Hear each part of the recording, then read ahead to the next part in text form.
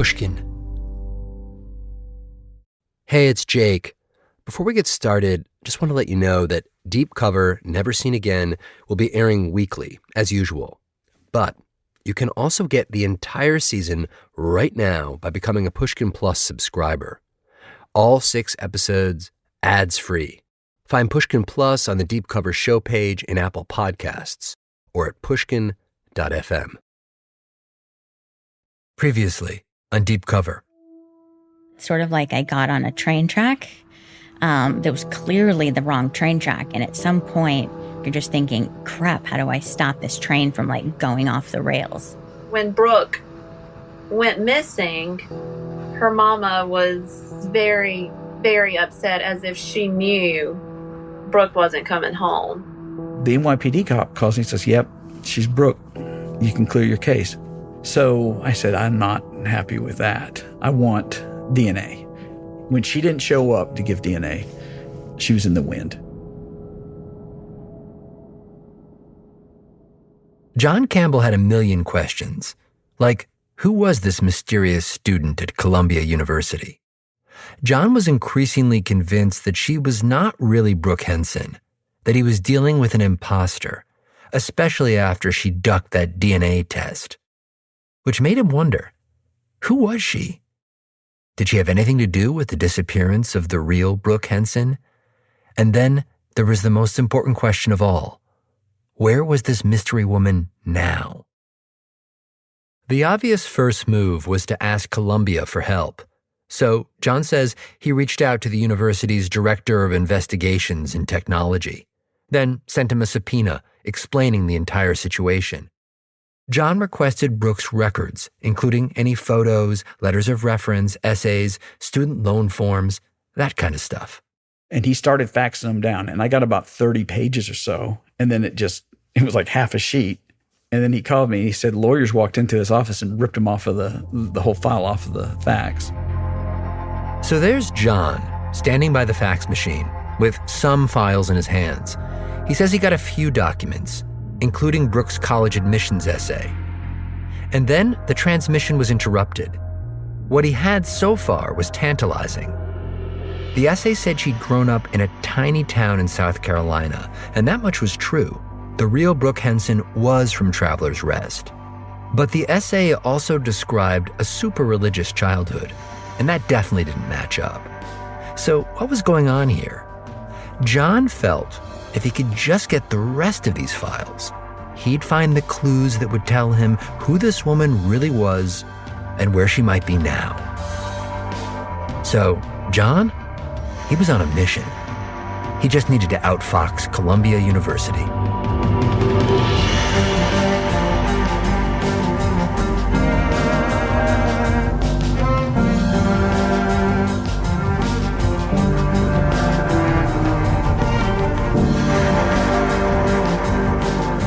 I'm Jake Halpern, and this is Deep Cover, Season 3, Never Seen Again.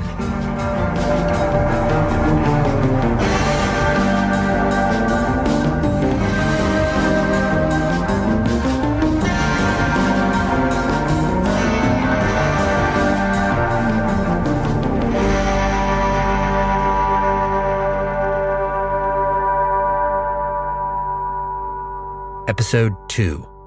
The Starman.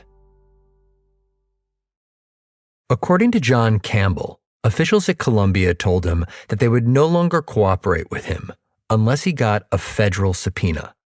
Now, this is a technical distinction, but it's an important one. Jon had sent a state subpoena from Greenville County, South Carolina. And Columbia was basically saying, no, we don't recognize that. You're out of your jurisdiction. We need a federal subpoena. And of course they said that because they thought, well, some small town detective in South Carolina is not going to be able to get a federal subpoena. Jon may have been a small town detective, but he did have some powerful connections. In fact, he knew exactly whom to call. And this becomes really important, so bear with me for a sec while I give you a little backstory. A few years before this, when Jon first started working on the Brooke Henson case, he wanted to get an office computer. He didn't have one at the time. And he felt if he was going to pursue this case seriously, he needed one. you know, to take advantage of things like spreadsheets and the internet. So he asked the chief for some money to buy one. His chief apparently said, sorry, we don't have the funds. Jon, ever determined, started making inquiries, asking other law enforcement guys, hey, what's the best way to get a free computer? And turns out they had an answer for him. Call the Secret Service. Yeah, those agents with the earpieces who run alongside the presidential motorcades. But the advice was, don't just ask them for a laptop. Ask to do a case with them. Because apparently, everyone knew. Do a case with the Secret Service, they seize everything and give it right back to local law enforcement. You telling me that, like, you work with the Secret Service deliberately so that you could, if you bust some guys with the computers, you can keep it? Yes. That's how you do it on the municipal level when you have no money. Now, in case you didn't realize this, the Secret Service does a whole lot more than protect the president. It also investigates financial crimes and chases down counterfeiters. You know, people who print fake money. And Jon's like, I can find some guys like that. Because, as it turns out, at the time, there was someone in Traveler's Rest passing out phony $20 bills. It looked like they were being made with an inkjet printer. Anyway, Jon puts the word out among the local businesses. He says, call me if you see anything suspicious. So one of the businesses was Burger King. And this girl from Burger King calls, she goes, hey, those guys are back and they gave me a fake 20 again. What do I do? He said, tell them it'll be a few minutes for their fries. He's laughing now, right? But at the time, he's like, here's my big chance to bust some counterfeiters and befriend the Secret Service and, you know, get a free computer. They're waiting for their fries. And we were right down the street. So we come zooming in behind them. And we come running up to the car. And the guy has this big wad of 20s. And he crams it down into his drink. And we grab the drink and everything. We pull the thing of 20s up. And the ink is just dripping off of the 20s. These guys he's busted, they're local college students looking for some free Whoppers. Jon calls the Secret Service, tells them he's busted some counterfeiters. And the Secret Service is pleased. So pleased that they continue to work cases with Jon. Eventually, they even give him an award for his work on another counterfeiting case. So the Secret Service guy said, you did such a good job on that. They sent a thing up to Washington and got me a citation thing. So I had that on my wall. And it was signed by the director of the Secret Service. You know, you did a great job. What really made Jon happy, though, was back in their dorm room, those counterfeiters had a sweet computer, which soon became Jon's computer. Score, right? But the real windfall came later. Fast forward a few years. There's Jon standing by his fax machine with half a set of records from the woman who claimed to be Brooke Henson. And he's got a big, fat snub from Columbia University, which was demanding a federal subpoena, a potential dead end for Jon. But turns out, all Jon had to do was look up on his wall at that fancy citation thing from the Secret Service and remember he had some friends, some pretty powerful friends, who could, if they were so inclined, tell Columbia University to shut up and play ball.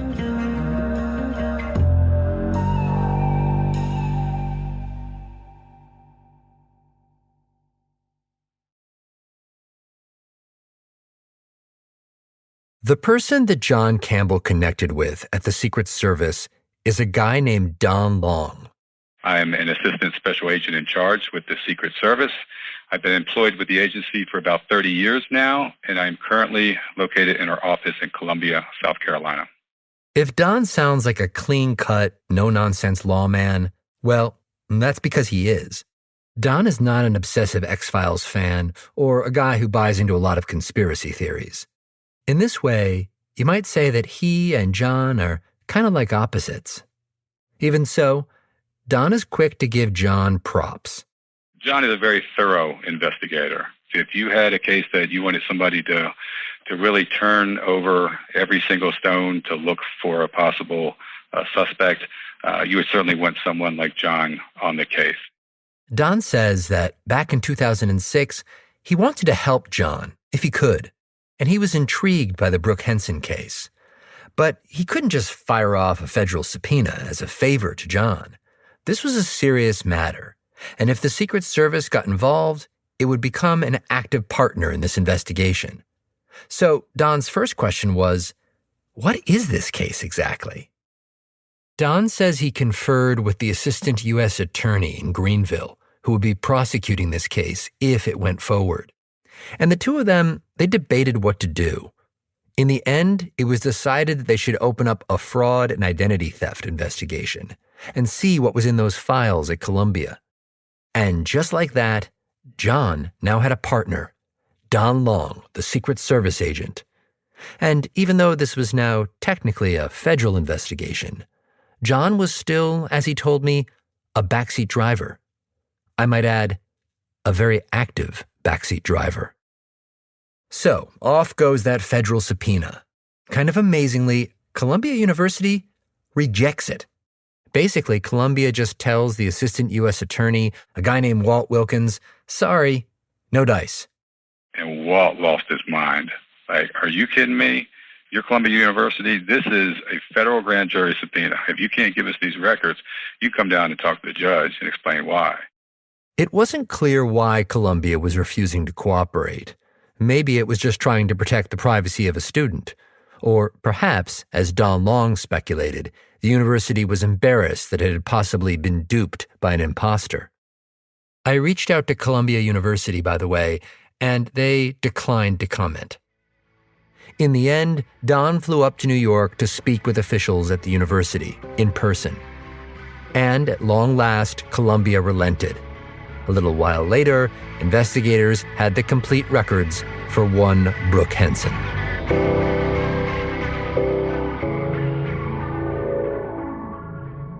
The records from Columbia included a bunch of documents. There were 2 admissions essays. Together, they presented an intimate portrait of the young woman who claimed to be Brooke Henson. I asked my producer, Amy Gaines, if she would read from these essays. My young life consisted almost entirely of events that would take place inside 4 church walls. My parents didn't feel that a public education was the right place to teach their children about the world and the skills it would take to survive in that world. Along with 3 other children, my brother and I were educated under the tutelage of my mother and another woman from church. In spite of what is considered by others to be a horrific environment to educate children, somehow my brother and I excelled in our academic surroundings. Weird, right? Because the real Brooke Henson, she grew up in a house without a lot of rules, with laid-back parents. The essay goes on to say the moment that truly defined her life was when her mom was dying of cancer. She says she took care of her mother, and that in her spare time, she found solace by playing chess online. I love to dive into a world filled with 64 squares, 32 pieces, and a never-ending supply of new combinations to learn and master. This black and white world made sense to me. I was in control of strategy, of risk, and ultimately of death. When her mother passed away, she said something within her shifted. After I came to terms with losing her and living my life without her, I felt very free in a strange way. I saw the world as something I could explore and conquer. I never really looked outside my little town and my little life until that life had disappeared and was no longer an option for me.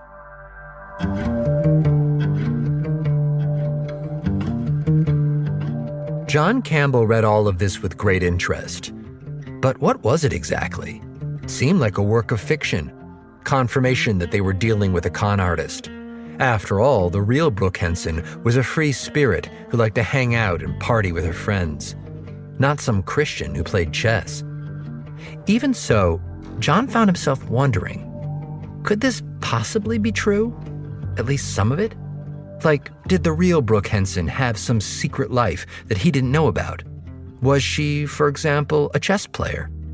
Jon forced himself to be methodical about the whole thing.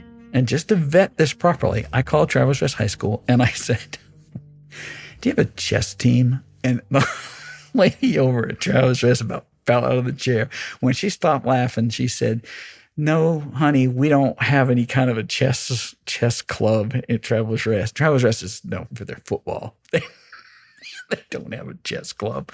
They've never had a chess club. You're not going to find anybody in this area that plays chess. But even if these essays were all lies, they were lies that might prove useful down the road. You didn't need to be a detective to see that. I myself have always believed the old adage, the best liars always stick close to the truth. And so, maybe this imposter, whoever she was a chess player who was raised in a strict Christian home and who lost her mother at a tender age. Maybe these were clues that needed to be taken seriously, a glimpse into who this mystery woman really was. There were other clues in the Columbia records. The young woman claiming to be Brooke Henson had gotten her GED. She had aced the SATs. But once she arrived at Columbia, she often failed to attend class. In an email, she confided in her academic advisor. I haven't decided whether I will attempt school next year at Columbia, but clearly I will need to take a closer look at the financial aspects of it. She ends by saying, Sometimes being without my mom is tough when I have a big decision to make. The picture that emerged was of an ambitious young woman who was struggling. At some point in the investigation, Jon got his hands on a rather curious photo. It looked like it was taken at a military school, and it showed a slender young woman dressed in a formal gown, the sort you'd wear to a gala. The woman didn't really look like Brooke Henson. She was standing next to several sharply dressed cadets. Jon studied the photo closely. So I had a loop, like, magnifying, like a photographer's loop. And I had this picture, and I'm down on this picture like this. Have you ever seen the movie The Good Shepherd? Jon, by the way, loves making pop culture references, especially to spy stories. In The Good Shepherd, there's this CIA agent, played by Matt Damon, who spends much of the movie analyzing magnified images from this one mysterious photograph. Anyway, Jon was determined to figure out, among other things, where was this photo taken?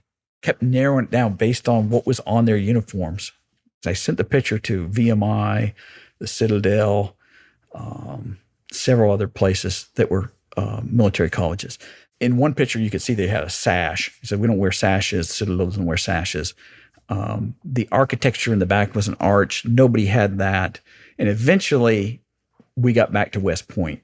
So there was a West Point connection, but Jon didn't know exactly what to make of that. There was one other document in the Columbia records that caught the attention of both Jon Campbell and also of Don Long at the Secret Service. It was a letter of recommendation for Brooke from a professor named Dr. Shirley Fleischman. The letter mentioned that Brooke had visited her home, that she was a friend of her son. This seemed promising. Maybe the Fleischman family could tell them more about who this young woman really was. When I called Mr. Fleischman, I said, I'm Jon Campbell. I'm with Travis West Police Department. I'm calling about a girl you might know named Brooke Henson. And he said, I wondered when you were going to call. And I said, what do you mean when I was going to call? What in the world? How would he know that I was going to call him? He said, when my son brought her home, I knew she was trouble.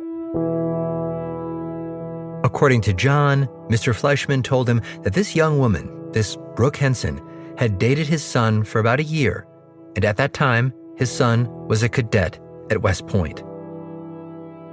After the break, what Jon Campbell and Don Long uncovered when they spoke with the Fleischmans.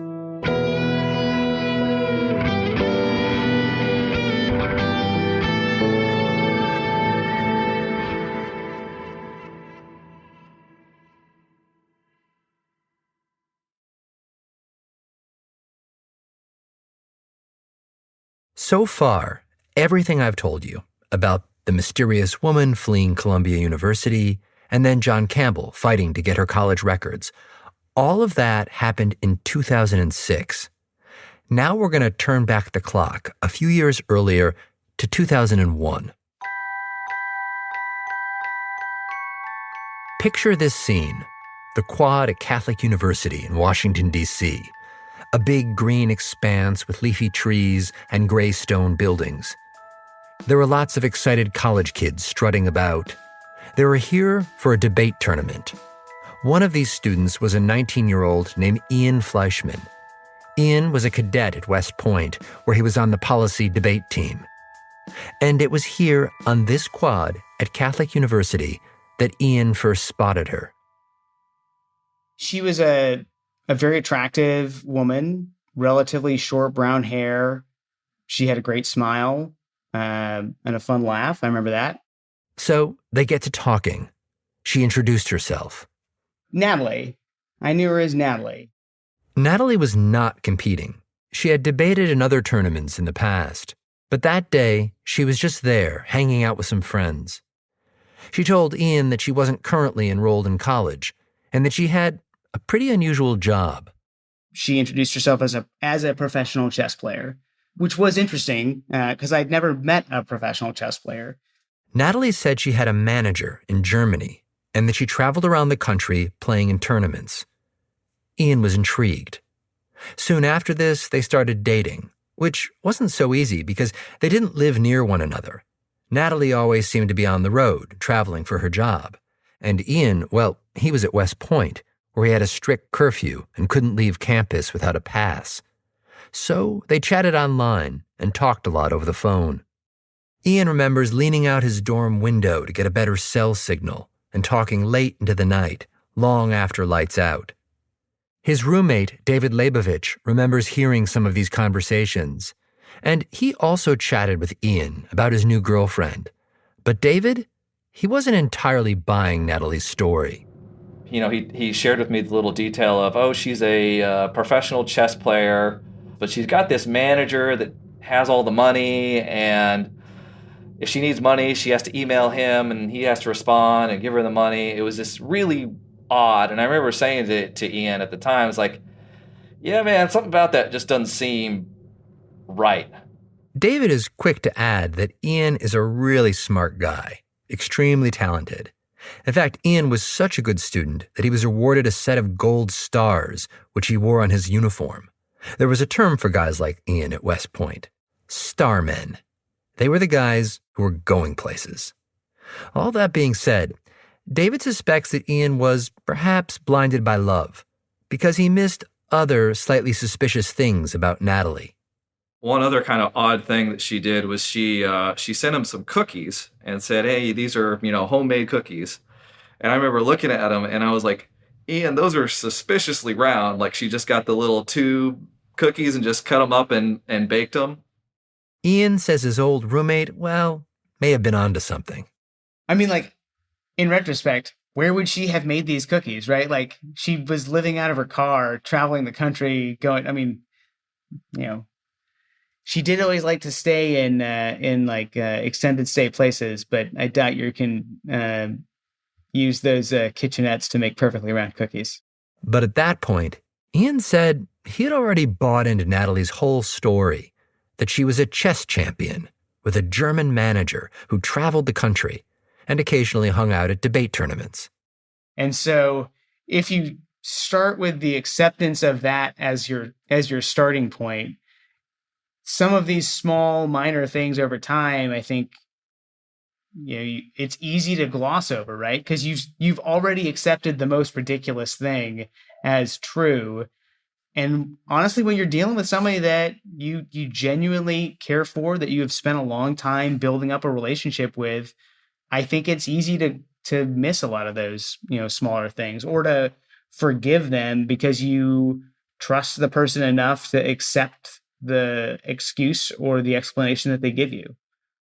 Natalie talked a little bit about her own family. She told him about her mother who had died and whom she adored, and a bit about her stepfather, too. She said that he was abusive, that he was stalking her, and that occasionally he would find her and she would have to flee. At one point, she told Ian about an incident. That he had found her someplace in Tennessee in a hotel room and threatened her with an iron, like to beat her with an iron. All of this was upsetting to Ian. I mean, it didn't really have the option to essentially run to her to protect her. And so that did tug at my heartstrings. At some point, Ian says she told him that she was changing her name from Natalie Fisher to Natalie Bowman. Same first name, just a different last name. Ian says, as best as he can recall, she said that she was doing this to protect herself which made sense to Ian under the circumstances. And for him, it didn't change who she was. It was the same Natalie. I mean, she was the same person, regardless of the moniker that she was using. She had the same flaws, the same loves, the same laughs. On several occasions, Ian brought Natalie home to meet his parents. He said that his mother, Shirley Fleischman, welcomed Natalie into their home with open arms. I mean, everyone's going to tell you that their mom is the most loving and caring person in the world, right? But for me, my mom is, I think, the most loving and caring person. And she unconditionally accepted and loved Natalie because of the relationship that I had with her. And this relationship between Ian and Natalie was serious and at times tumultuous. It was an emotional relationship. From the moment we met, I think we were, madly in love or fighting or somewhere in between or both at the same time for the course of a year or so before we eventually broke up. The breakup happened in part because of geography. Natalie decided she wanted to go to college in California. And she essentially gave me the ultimatum of quit West Point and move to California while I go to Cal State Fullerton and get my degree, or we're going to break up. And I seriously considered leaving West Point. So there was Ian, a star student at West Point, literally the star man. And he was going to walk away from that for her. Ian wrestled with this decision. And then one day, it all came to a head. One of my mentors, from the debate team, eventually went out into the field at West Point during a field exercise that summer, found me in my tent and dragged me off into the wood line to yell at me and tell me that I was making a terrible mistake if I thought that I was going to leave the military to run off to California after some girl. So Ian stayed at West Point and they broke up, but it didn't end badly.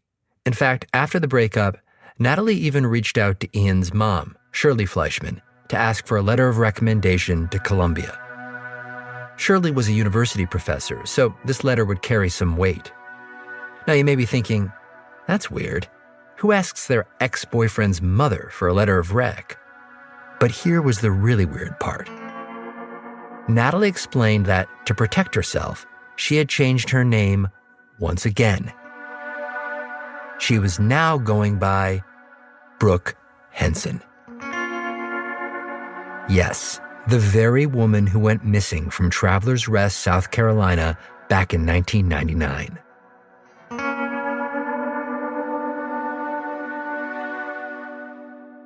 So, Shirley Fleischman agrees to help. She writes a letter of recommendation. And this is the letter that both Jon Campbell and Don Long find in the Columbia records. The letter that leads them to the Fleischmans. When they finally connect, they learn much of what I've just told you. Ian's dad, Fred, had been suspicious of Natalie for a long time.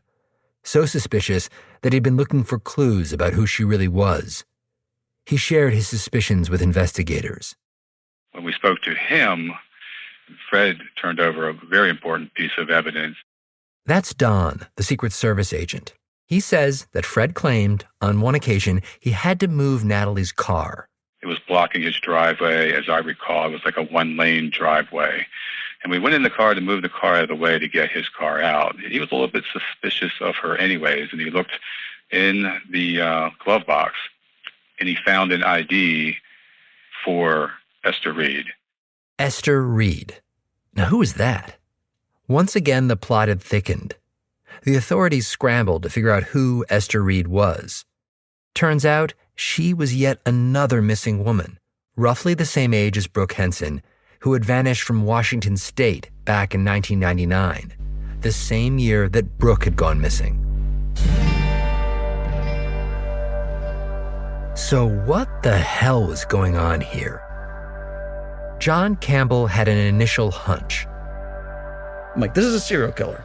Because I got people who I have somebody using somebody's names. I got Brooke Henson. I know, I'm pretty sure is dead. I got Natalie Bowman. I can't find her. I got Natalie Fisher. I can't find her. She's disappeared. And I got Esther Reed, and she's a missing person. But that theory didn't hold up, because eventually, with a little more digging, Jon concluded that two of the women, Natalie Fisher and Natalie Bowman, were in fact alive. As far as the investigators could tell, this mystery woman was still out there. Maybe her real name was Esther Reed, or maybe not, but she appeared to be a serial identity thief who just kept on taking over new personas. The question was, why? Because there was no obvious motive. It just didn't make sense. She was enrolled in Columbia University as Brooke Henson. So it's an Ivy League school. It costs tons of money to go to school there. Why would you enroll under an assumed name? It doesn't make any sense. As soon as the gig's up, your degree is worthless. You don't have a degree anymore. It's not you. So why would you spend all kinds of money doing that? Jon felt that all of these deceptions, so elaborate, so involved, had to serve some grander purpose, like they had to be covering for something. He briefly considered the possibility that this woman was a drug mule. But then he turned to another theory, the one that he ultimately came to believe was true. And here's how he came to it.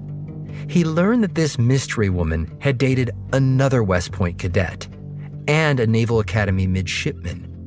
A hypothesis began to form in his mind. As he saw it, she was targeting military personnel. Not just that, look at who Ian Fleischman was, a starman.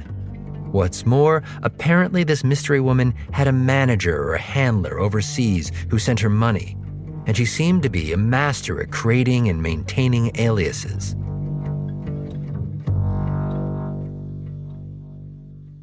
So, Jon typed up an email to the U.S. Army CID, the Criminal Investigation Division. He laid out all the facts and began to explain his most promising theory about the mystery woman at Columbia. He read that email back to me. Here's part of it.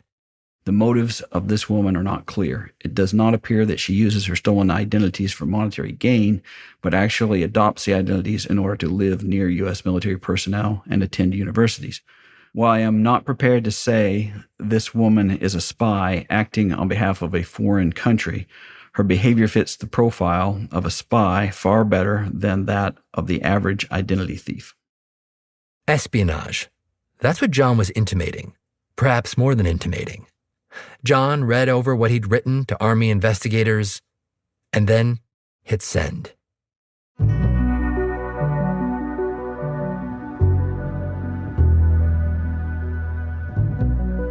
At this point, Jon had followed his leads a very, very long way from Travelers Rest, South Carolina. This had started off as a search for Brooke Henson, a kind-hearted young woman who'd gone missing and perhaps was murdered. Now it looked as if Brooke were just one of several people whose identities had been stolen. And if Jon's hunches were correct, the perpetrator of all this was a spy. Jon held on to the hope that if he could just talk to Esther Reed, he would find the answers to so many of his questions, and that she might have some intel about what had happened to the real Brooke Henson. But that was a stretch. This was quickly turning into a wild goose chase, following a tip that was taking him far away from his original case. I remember the chief asking me, how far are you going to take this? And I said, Chief, until I can interview Esther Reed, I can't clear this tip.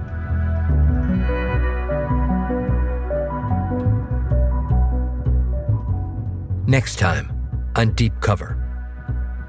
It never occurred to me, quite frankly, that I would get caught or could get caught or that anyone would get hurt. I mean, I figured if I, lived as Brooke for the rest of my life, nothing would ever happen.